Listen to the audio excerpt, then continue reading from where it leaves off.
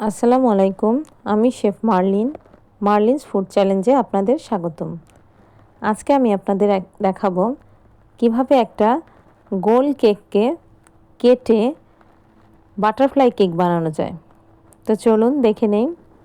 প্রথমে আমি একটা গোল কেকের মাঝখান দিয়ে কেটে নিলাম। এখন একটা ট্রেতে ক্রিম লাগিয়ে এক পাশটা উল্টা করে লাগালাম, এরপর অন্য পাশটাকে এনে এটাও লাগিয়ে দিলাম ক্রিম বোর্ডের উপরে খুব ভালোভাবে ক্রিমের সহ বসিয়ে দিলাম। প্রথমে কিন্তু আমি রাউন্ড কেকটাকে একটু ক্রিম করে নিয়েছি, ক্রাম কোট করে নিয়েছি, তারপর কিন্তু কেকটা আমি মাঝখান দিয়ে কেটেছি। এবার আমি বাটারফ্লাইয়ের শেপ আনার জন্য মাঝখান দিয়ে একটু কেটে নিলাম কেকটা।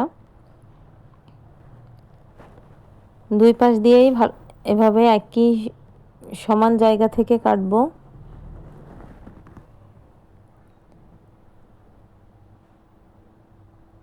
এবার ওর পাশ দিয়ে আর একটু কেটে নিলাম, যেহেতু বাটারফ্লাইটা দেখতে সুন্দর হবে। চাইলে একটা স্টেপও কাটা যায়, কিন্তু আমি দুটো কেটে নিয়েছি।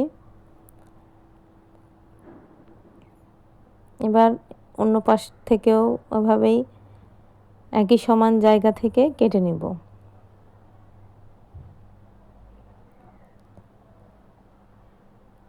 এবার আমি কেকে সামান্য একটু ক্রিম লাগিয়ে নিলাম,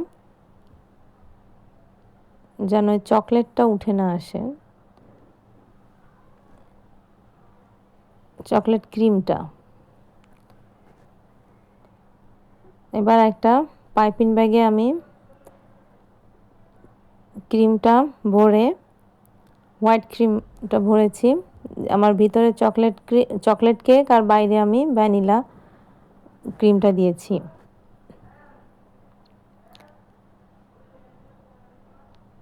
আমি কেকের চারপাশে ক্রিমগুলো লাগিয়ে নেব। এখন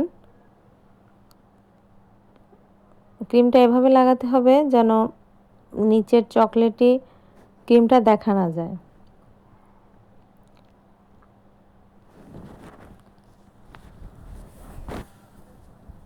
আর যেখানে আমি ভাঁজ দিয়েছি ওইগুলো সুন্দর করে আমি ফিনিশিং আনবো। এভাবে খেয়াল করে দেখবেন যে প্যালেট নাইফটা আমি কিভাবে ধরেছি। খুব আলতো হাতে ধরে আমি কেকের ফিনিশিংটা আনছি।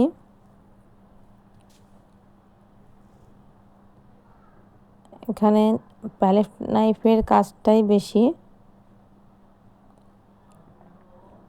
আমি পুরো কেকটাই এভাবে ফিনিশিং আনলাম। পুরো কেকেই ক্রিম কভার করে দিয়েছি।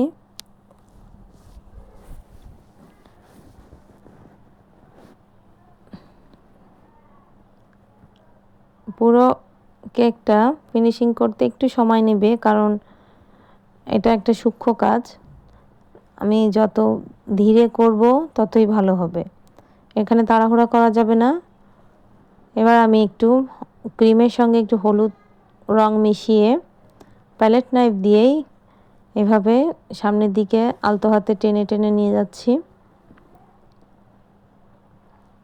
যাতে বাটারফ্লাইয়ের ডানারটা বোঝা যায়।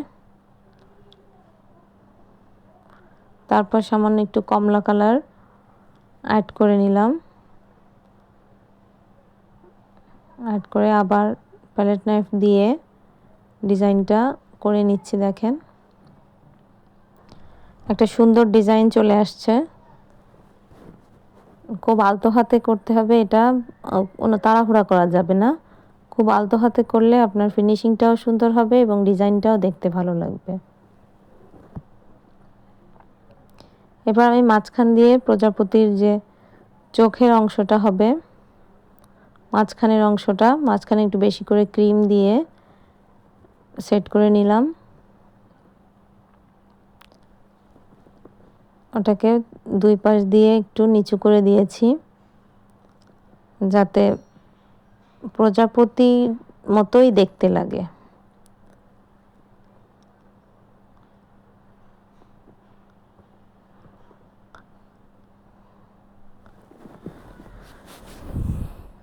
এবার এটাকে এখন আমি এর পাশে কিছু ফুল অ্যাড করব। আমি ছোট একটা নজেল নিয়েছি, তার পাইপিং ব্যাগের পাশে আমি একটু রেড কালার দিয়েছি আর মেইন হলুদ কালারের ক্রিম নিয়েছি। এখন ছোট ছোট আমি ফুল দিব।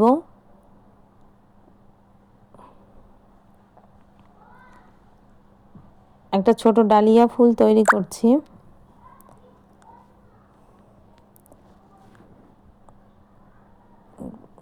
কেকটা চারপাশে ঘুরিয়ে ঘুরিয়ে আমি ফুলটাকে তৈরি করছি। এটা খুব আলতো হাতে করতে হবে, খুব তাড়াহুড়া করা যাবে না। আমি অনেকগুলো যেখানে যেখানে আমি করব ফুলগুলো সেইখানে আমি মার্ক করে নিয়েছি আগে থেকেই একটা ছোট নজেল দিয়ে। তারপর সেখানে আমি ফুলগুলোকে বসিয়ে নিচ্ছি।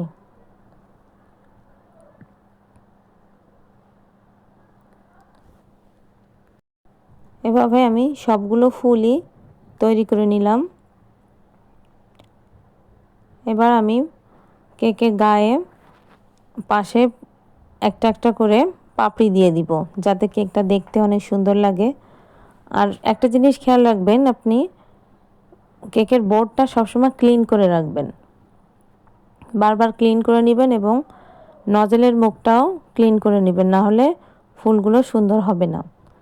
আমি বোর্ডে এবং কেকের গায়ে সব জায়গায় পাপড়ি দিয়ে দিয়েছি। এবার আমি একটা ক্রিমের সঙ্গে কালো কালার মিশিয়ে আমি বাটারফ্লাইটা একটা বর্ডার দিয়ে দিলাম। পাশ দিয়ে খুব সুন্দর করে একটা বর্ডার করে নিচ্ছি, যাতে বাটারফ্লাইটাকে দেখতে সুন্দর লাগে।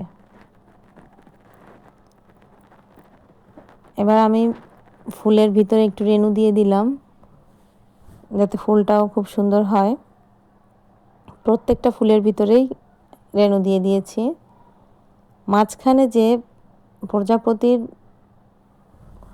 ভিতরের অংশটা, ওখানে আমি একটু চোখ বা দিয়ে দিচ্ছি এবং ছোট একটা ডিজাইন করে দিচ্ছি, যাতে দেখতে সুন্দর হয়।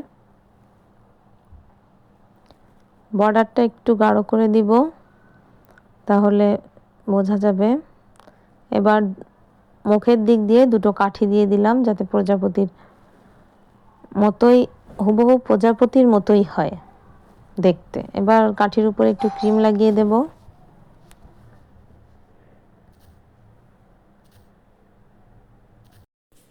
প্রজাপতিটা সুন্দর দুটো চোখ দিয়ে দিলাম এবং আমি প্রত্যেকবার কিন্তু পাইপিং ব্যাগের মুখটা ক্লিন করে নিয়েছি, যাতে আমার ডিজাইনটা সুন্দর হয়।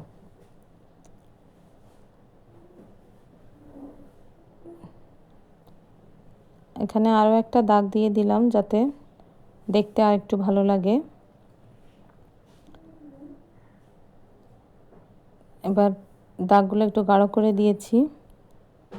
এভাবেই আমি তৈরি করে ফেললাম সুন্দর একটা বাটারফ্লাই থিম কেক। আশা করছি সবার ভালো লেগেছে। ভালো লাগলে লাইক, শেয়ার